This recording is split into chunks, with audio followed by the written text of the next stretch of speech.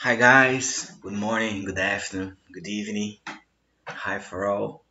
É um prazer estar mais uma vez aqui com vocês, certo? Nesse modelo que de fato a gente está tendo que se acostumar com isso, né? Pelo menos nesse momento de isolamento social, mas estamos aqui, né? O que importa é isso, que nós estamos aqui, né? Firmes e fortes e confiando de que a situação vai ficar melhor e vai se normalizar tão logo, não é assim? A gente está na nossa segunda videoaula hoje, né? Então a gente vai trabalhar modal verbs, né? É conteúdo novo do capítulo 2. Então assim, não há mais que se falar em revisão e sim conteúdo novo, ok? Vamos prestar bastante atenção nessa videoaula, preparei ela com todo carinho para vocês. Tem algumas novidadezinhas em relação às atividades, então vamos ficar espertos, certo? Olha só, pessoal, vamos ao que interessa, né? A nossa videoaula sem mais delongas.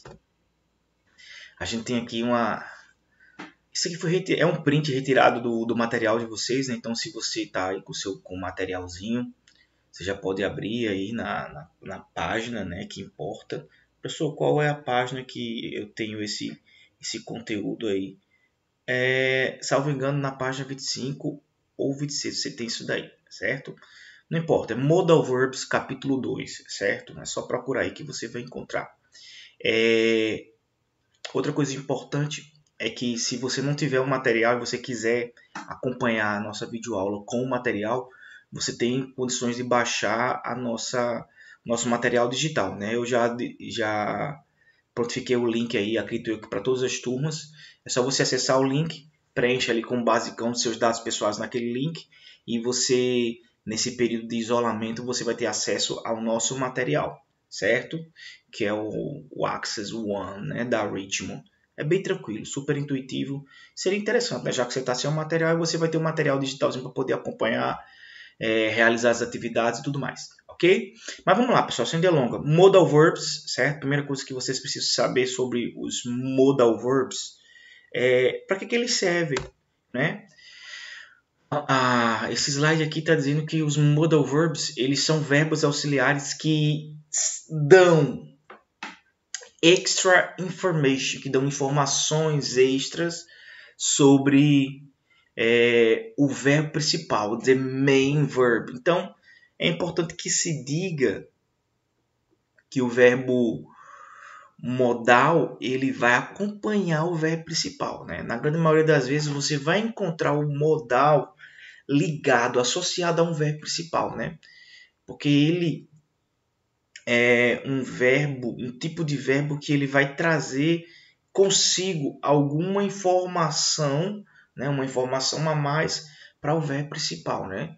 Então, para o texto, que é o nosso trabalho, né? A partir da primeira série do ensino médio, nosso trabalho é o texto. Então, toda vez que vocês identificarem um verbo modal, você já tem que colocar na sua cabecinha que esse verbo está trazendo para o texto uma informação a mais, certo? Para aquela sentença, para aquele verbo, ok?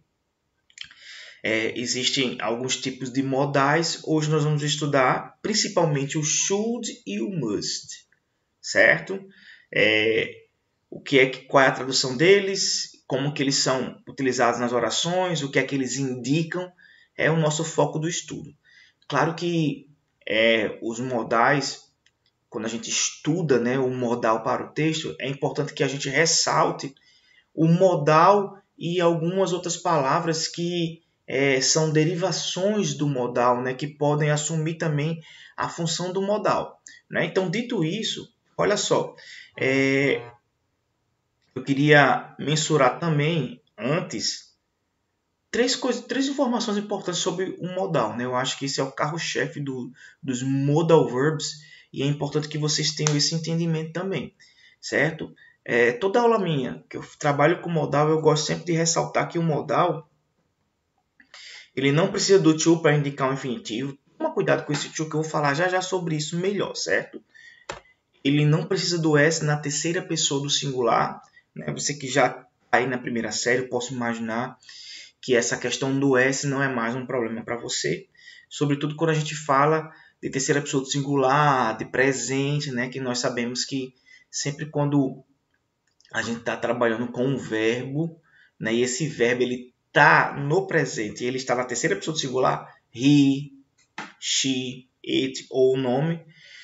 Nas orações afirmativas, a gente tem que colocar o S ou o ES no verbo, não é assim? Exato. Mas isso não acontece com os verbos modais, ou seja, é desnecessária a colocação desse S nos verbos modais. Toma cuidado com isso também. E por último, claro, não precisa de auxiliar. Por quê? Porque o modal ele já é um verbo auxiliar. Simples assim. Ok? Então, essas 3 observações, vamos tomar muito cuidado com elas, porque elas são, como é que eu posso dizer, o divisor de águas entre um verbo que é considerado normal e o verbo que é considerado modal, certo? O verbo normal, ele obedece essas regrinhas aqui. Ele precisa do to, ele precisa do s na terceira pessoa, ele precisa do auxiliar. Já o verbo modal não, ele dispensa tudo isso. Ou seja, não precisa do to, não precisa do s e não precisa de auxiliar. Ok? É só um divisorzinho de água para a gente situar. Sem mais delongas, falando do should, certo? A gente tem aqui ó, uma ideia de conselho. Indica conselho. Should vai aparecer numa sentença, ele vai aparecer no texto no sentido de indicar conselho. Não há que se falar em obrigação. Não há que se falar em proibição. E sim conselho. Certo? Fazendo uma tradução do should, e daí eu já falo também ao lado o ought to, certo? Ought to. Ambos significam deveria, certo? Professor, estou percebendo que esse ought to, ele tem esse tozinho aí. Você acabou de falar aqui, ó, que não precisa do to, e já aparece um to aqui. É, né? Interessante. Pois é, galerinha. O único modal que você vai ver um to ligado, atrelado, associado a ele é o ought to, certo? Inclusive já houve questões sobre isso, ok? Todos os outros modais que nós vamos estudar daqui para frente, vocês vão perceber que eles não têm o to, mas o único é o ought to que aparece esse tozinho, certo? Então tem que ter esse to no ought.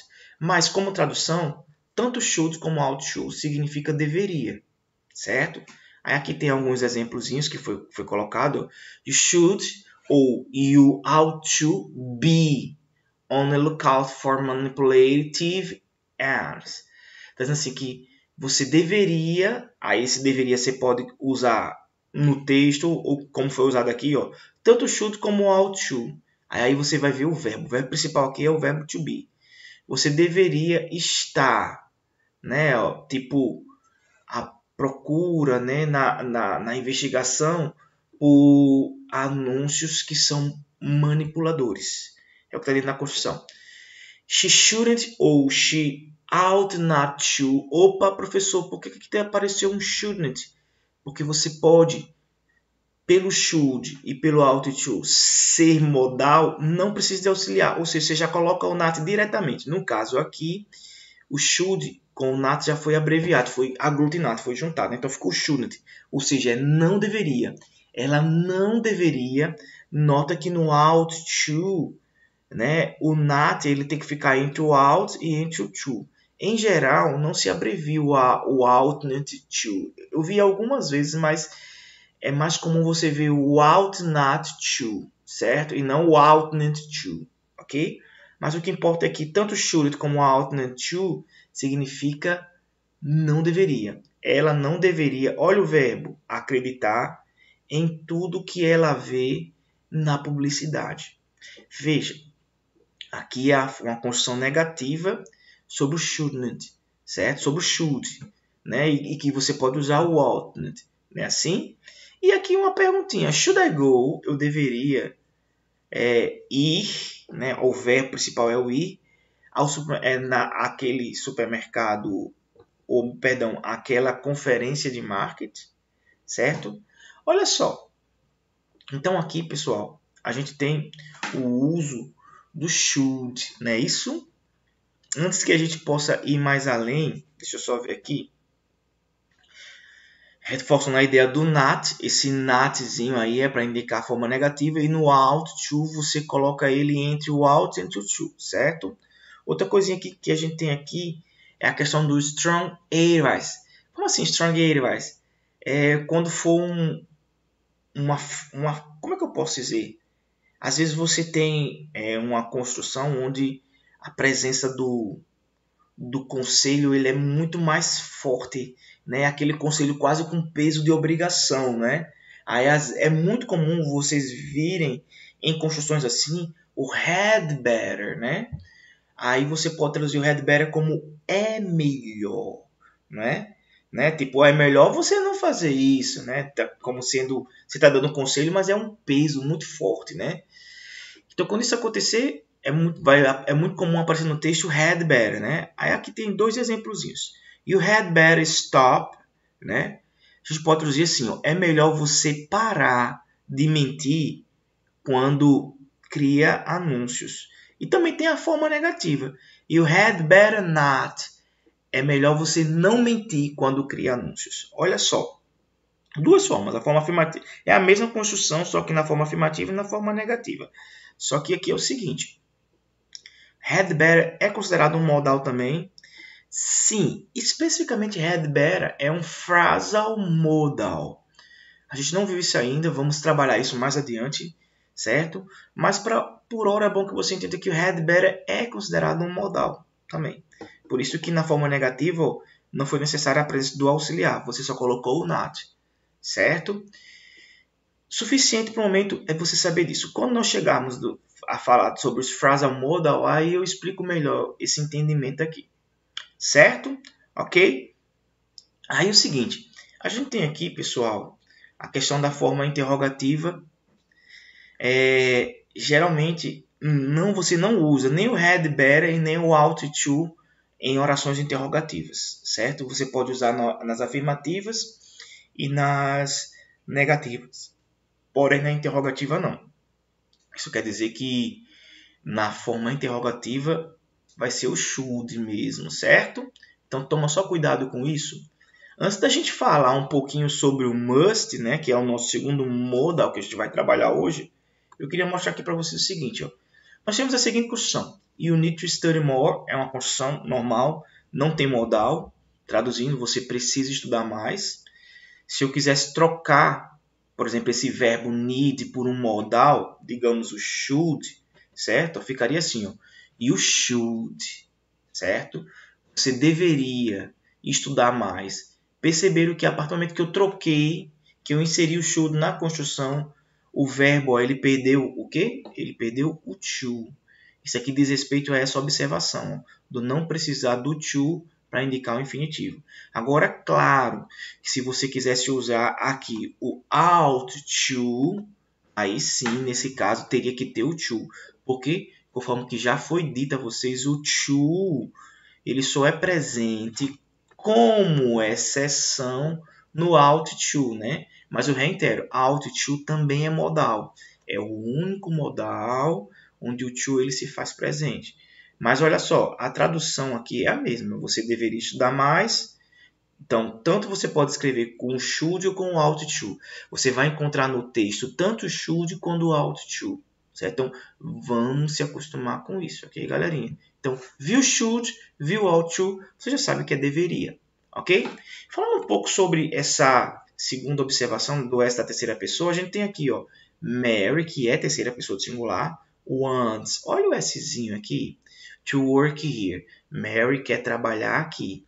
Então, se eu chego e substituo esse wants, né? Olha o Szinho. E o should, eu não acrescento o S. Por quê? Porque should é modal. É a observação sobre isso.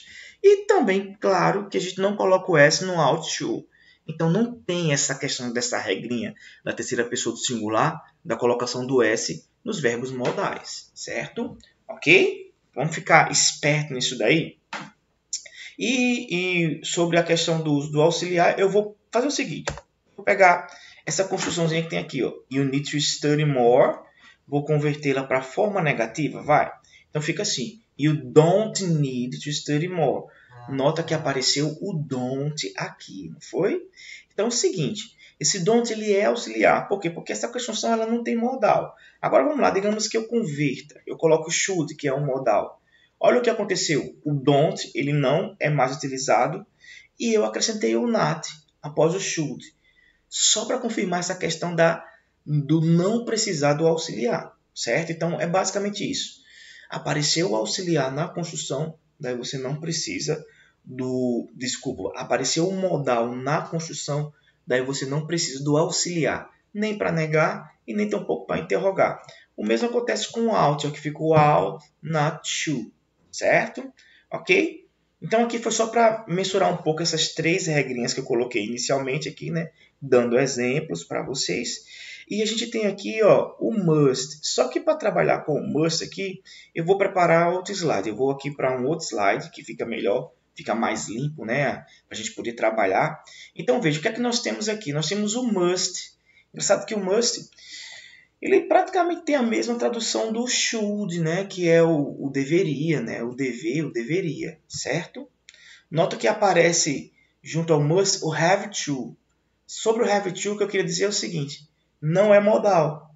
Have to não é modal. Mas o have to ele tem na construção o mesmo efeito que um modal, embora ele não obedeça as mesmas regras do modal, certo? Então vamos aqui, ó.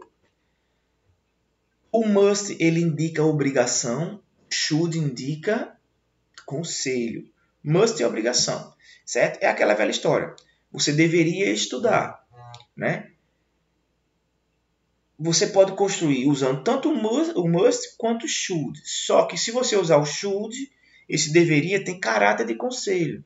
E se você usar o must, esse deveria tem caráter de obrigação, né? Vamos lá, faça uma reflexão comigo. Seus pais, quando eles estão diante de uma situação em que você está com bastante notas baixas, né? E eles chegam para você e lhe dizem assim, você deveria estudar. Você acha que se fosse em inglês a construção, ele usaria o should ou o must? Reflita aí para você entender. Aí eu acho que trazendo para esse lado você consegue entender melhor e perceber que o uso do must do should é uma questão de contexto, né? Tem contexto que requer conselho, tem contexto que requer obrigação, né? No caso em tela aí dos seus pais, né? Eu acho que seria o must, né? Seria uma obrigação diante do quadro, claro, né? Mas olha só, pessoal. Must é o deveria, é o deve. Aí a gente tem aqui o have to. A tradução para o have to é o ter que, certo? Vamos tomar cuidado com esse ter que, porque esse ter que, ele funciona como uma obrigação? Sim. Se eu digo, você deve estudar, você tem que estudar. Ambos são obrigação, né? Em inglês, o ter que é como se fosse você está expressando uma obrigação. Como é que eu posso dizer? Você está externando uma obrigação maior. Esse have to. Ok? Mas no meu entendimento, é a mesma coisa. Tanto você usar o must como o have to. Ok? Aí temos aqui 2 exemplos. Ó.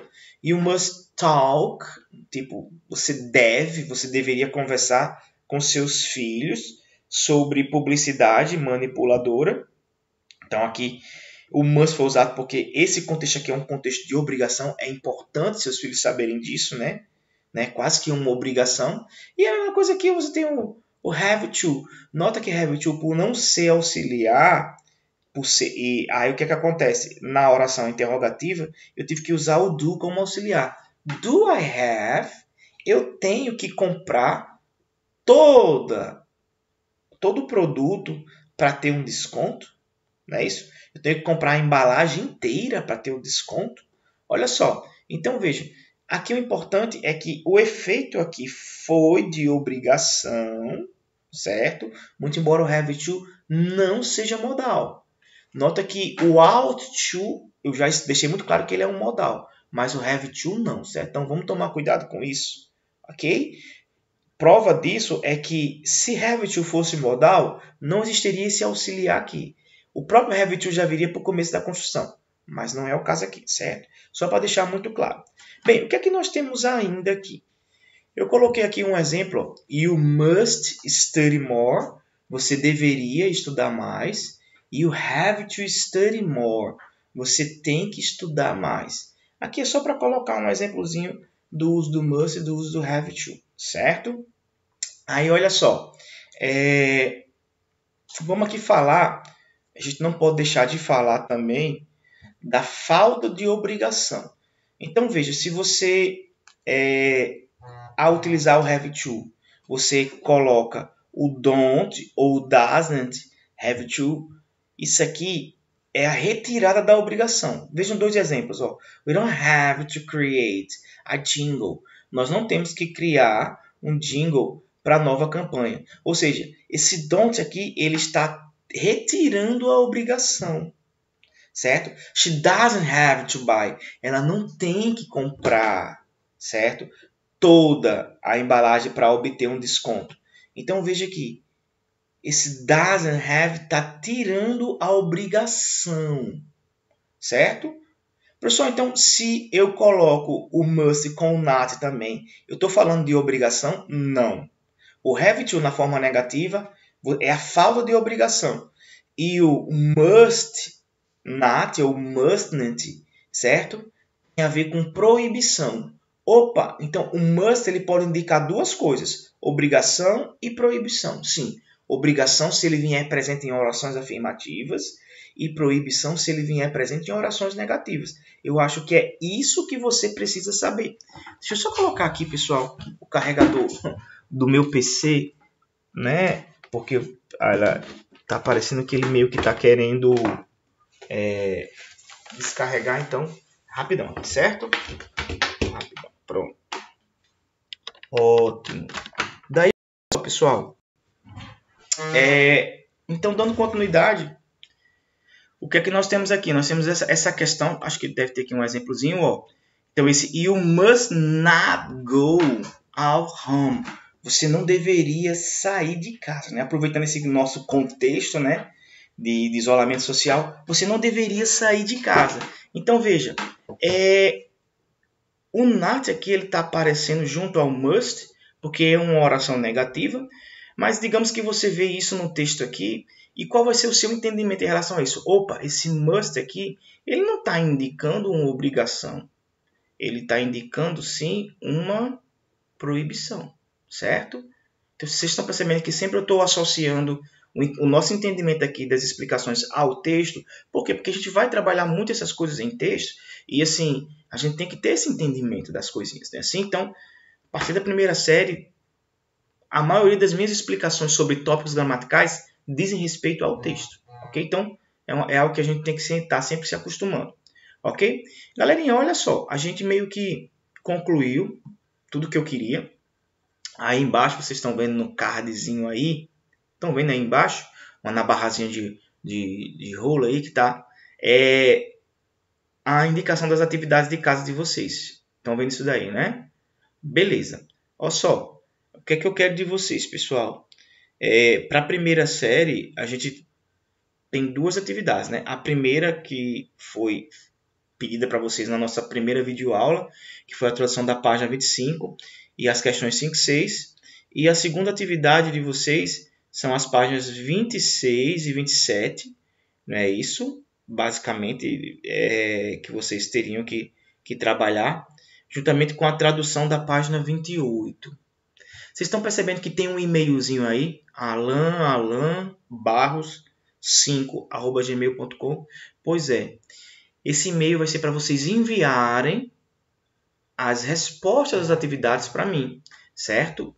Ah, professor, pensei que a gente só ia poder fazer isso quando encerrasse esse isolamento em aula. Não, galera, eu já vou querer a partir de agora. Então, o que é que eu quero de vocês? Vou pedir para que, se você tiver o livro e você quiser responder essas atividades, tirar a foto e enviar para esse e-mail, você pode, mas se você quiser colocar só as respostas da atividade numa folha de caderno, juntamente com as traduções, tirar foto, pode também, certo? Não importa, o que importa é que eu quero que você envie para mim as atividades, ok? Certo, pessoal? Professor, mas aí o problema dessa questão da foto é que se a turma ficar compartilhando, né, a foto de um com o outro para receber o visto. Bom, pessoal, se eu desconfiar, certo? E eu vou ter a prova, porque vai estar a foto lá, né? Pela questão da letra, assim, por ser a mesma. Se eu desconfiar, vai ser uma complicação para você, né? Eu prefiro acreditar na boa fé de vocês, certo? Do aluno, ok? Então, é bom que cada um faça a sua atividade, não é assim? Professor, se eu não fizer, eu vou me prejudicar? Veja, é o que eu estou falando aqui para todas as turmas. Não há que se falar em prejuízo, pessoal. Nós estamos vivendo um momento muito crucial, né, no mundo. E a gente tem que estar se adaptando a tudo. Claro que se você não fizer essa atividade, quando as aulas voltarem, a gente vai dar um tempo para você fazer. Né? Não vou mentir em relação a isso. Vocês sabem disso. Mas raciocina comigo aqui. Digamos que você deixa de fazer todas as atividades e quando as aulas voltarem, você tem que correr atrás de todas as atividades, de todas as matérias. Vai ou não vai sobrecarregar? Então, claro, como eu sei que nem eu e nem você vai sair para lugar nenhum, nós estamos isolados, e como eu sei que está tendo tempo de sobra tanto para mim quanto para vocês, a gente tem que, de alguma forma, ocupar esse tempo. Né? Então, uma boa forma de ocupar, pessoal, é você separar aí um tempinho seu para assistir as videoaulas e realizar as atividades. Eu acho que não custa nada, né? Dá para se fazer isso um pouquinho pela manhã, um pouquinho pela tarde, um pouquinho pela noite. E é bom porque você vai ter uma ocupação e quer queira que não, os dias vão passar mais rápido. Porque eu não sei você, mas eu já tô doido que as coisas normalizem, né? Assim, eu já tô que não aguento mais de ficar isolado. Mas eu sei que é necessário. Então, se é necessário, eu estou buscando me ocupar da melhor maneira possível. Uma grande ocupação minha, que está me dando muita satisfação, é o fato de estar realizando essas aulas para vocês. Ok? Mas eu não quero mais me prolongar, né? Já do que eu pude falar, eu já falei para vocês. Já falei da atividade de casa, né? Isso que são duas atividades de casa agora. Ou seja, a tradução da 25 mais a questão 5 e 6 é uma atividade e as páginas 26 e 27 mais a tradução da 28 é uma outra atividade. Então são duas atividades, ok? Pode enviar tudo de uma vez, mas eu considero como duas atividades. Combinado? Ok. Class over. See you next class. Bye bye.